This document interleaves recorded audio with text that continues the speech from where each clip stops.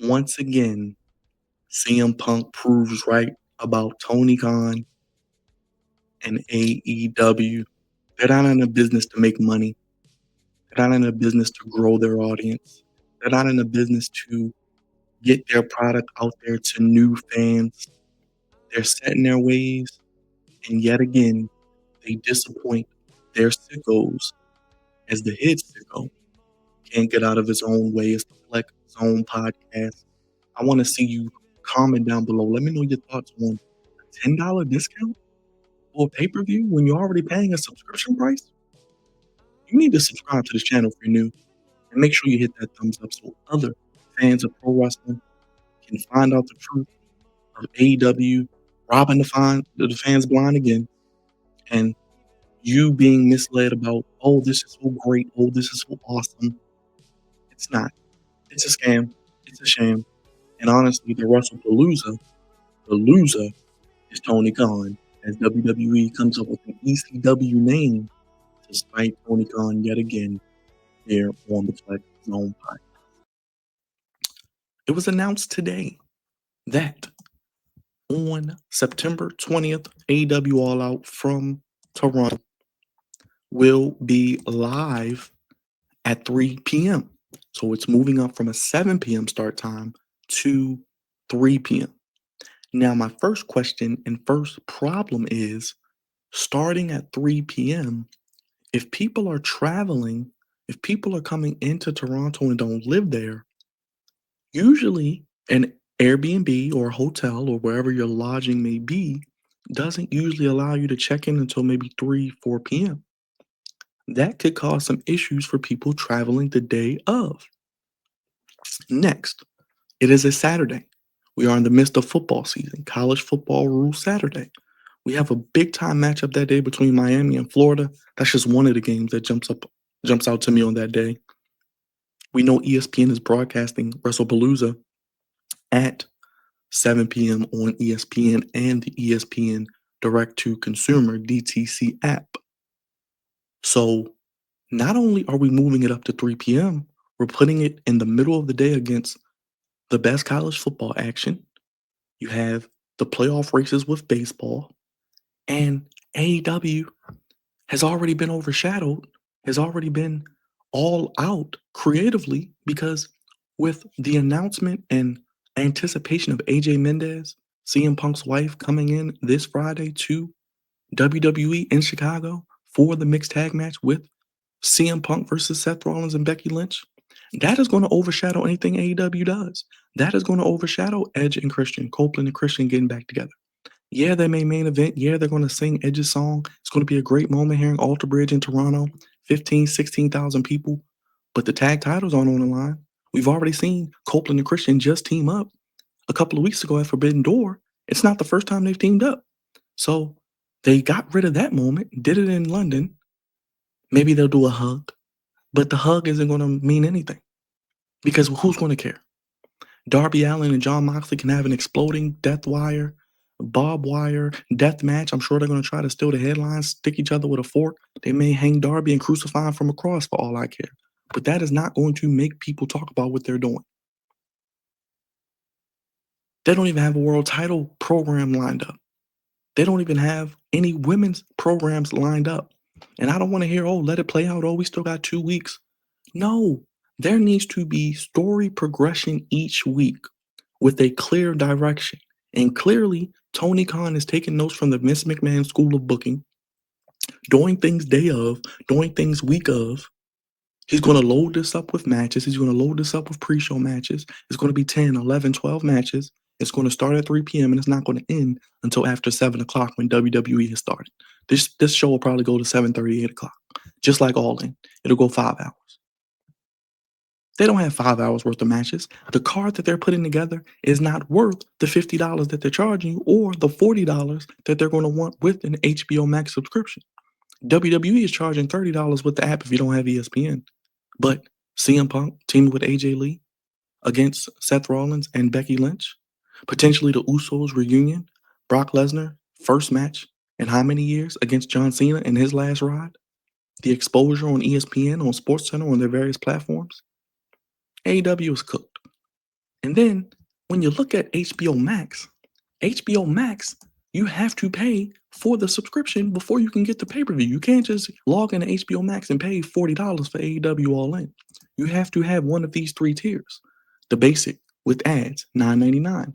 That's $99.99 a year.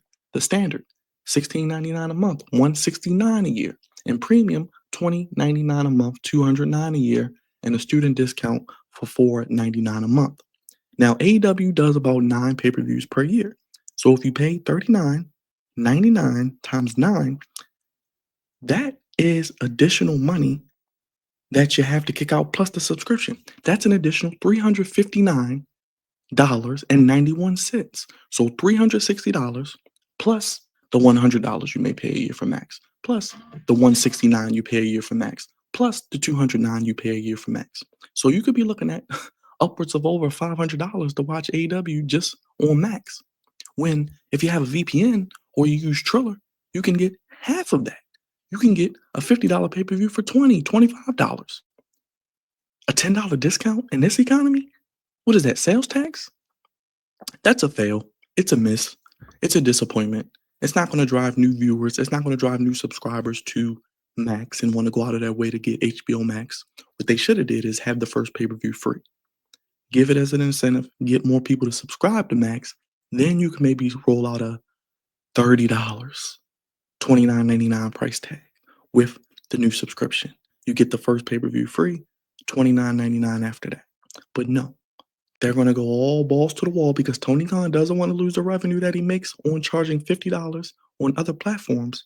He's going to say, oh, I'm going to take $10 off because he's a numbers guy. He's an analytical guy. He wants to make his money. And that's where the bread and butter of AEW is coming from, the pay-per-view buys, because they do pay-per-view well. They have people in the arena, but the weekly TV sucks. The weekly TV can't get over 1,000 people in the building. They have to do residencies to cover and mask the issues that they have week to week. And with that said, this is a fail. This is a miss. This disappoints. This could have been a lot better. This could have been rolled out so much better and way more easier to digest. Like I said, if you wanted to get people to watch your show, hey, okay, you want to move it up earlier? Cool. Why else am I watching this show? I still got to pay $40. Why aren't you giving me something to incentivize me joining HBO Max? Why aren't you giving me maybe 3 months at a reduced price or some sort of incentive? Because AEW isn't even on the homepage of Max. You have to search high and low to find it. Why do you think they never released the ratings of Max? If they were so great and they were so up, wouldn't people go out of their way to gloat and glaze Tony Khan of, oh, we got 100,000 so-and-so people on Max. We have X amount of people on Max because it's so great and our product is so great. It's better than it's ever been. No, it was great when you had guys like CM Punk, guys like Cody Rhodes. It was great when you told those stories that we invested in, long-term booking. Now it's week to week. It's inconsistent. It's lacking logic and feeling, emotion, energy. And it's just great matches. And then that's it. No follow-up, no weekly progression. And honestly, a disappointment yet again for the fans. But I just wanted to talk about that real quick because it kind of pissed me off that you want me to pay for the subscription. I get $10 off. Okay. If I don't use HBO, I gotta go pay $50. Okay, if I don't have a VPN, which I probably have to use a free one or pay for one, I still have to pay $20 to $25. I'm gonna go out of my way to see that. I'm gonna go out of my way to not pay the $40 and find a cheap alternative. I'll go through another app. I'll just probably just go straight out and do what I've done before because I'm not gonna go out of my way, get a new subscription, and then only get a $10 discount. I'm still gonna end up paying more. So with the $9.99 plus the $40, I'm paying $50 still. So with the $16.99 plus the $40, I'm still paying almost $60. And with the $20.99 plus the 30, I'm still paying another 60. So you don't win. It's a big fuck you. Tony Khan is trying to make his money, and this clearly is what it shows. It's not about the fans. It's not about giving you the best possible product. It's literally about getting his pay-per-view buys back and trying to make the most of it. And honestly, HBO, they probably could care less because in a couple years, AEW may not even be on HBO, and with WWE cornering the market, they may not have anywhere to go at all. But sign off down below, hit the subscribe button, hit the like button, hit the bell. They're going up against college football at 3 p.m. More people are going to be paying attention to WrestlePalooza. It's going to be more easy to access. And this is just kind of a downer anyway. And HBO is already kind of at the bottom when it comes to streaming anyway. They already have a lot of issues and a lot of problems.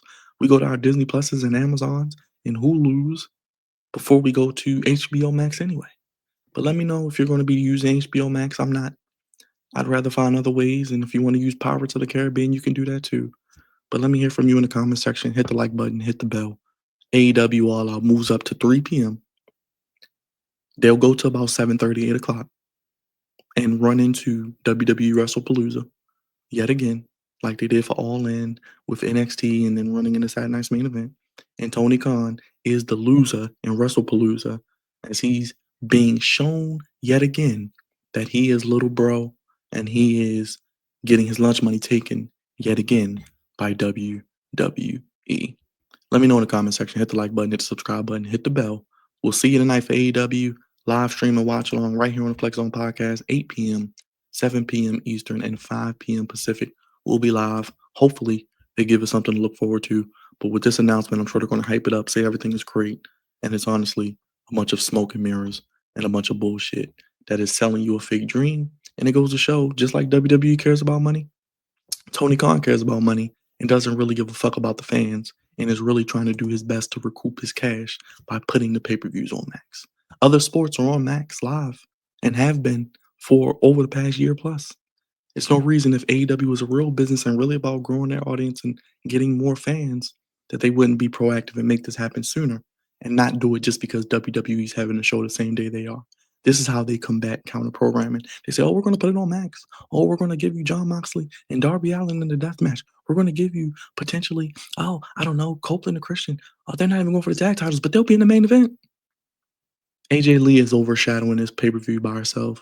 CM Punk, Seth Rollins, Becky Lynch, that match alone. Brock Lesnar and Cena. Stephanie McCoy and Io Sky. That'll be the best weekend match anyway out of anybody, any company. So they're already taking the L. WWE wins yet again, and AEW is looking for answers as the Seagulls cry in their mom's basement, and they are disappointed because they know Tony Khan, as much as they try to hype him up, doesn't give a fuck and is not helping their product be the best it could possibly be.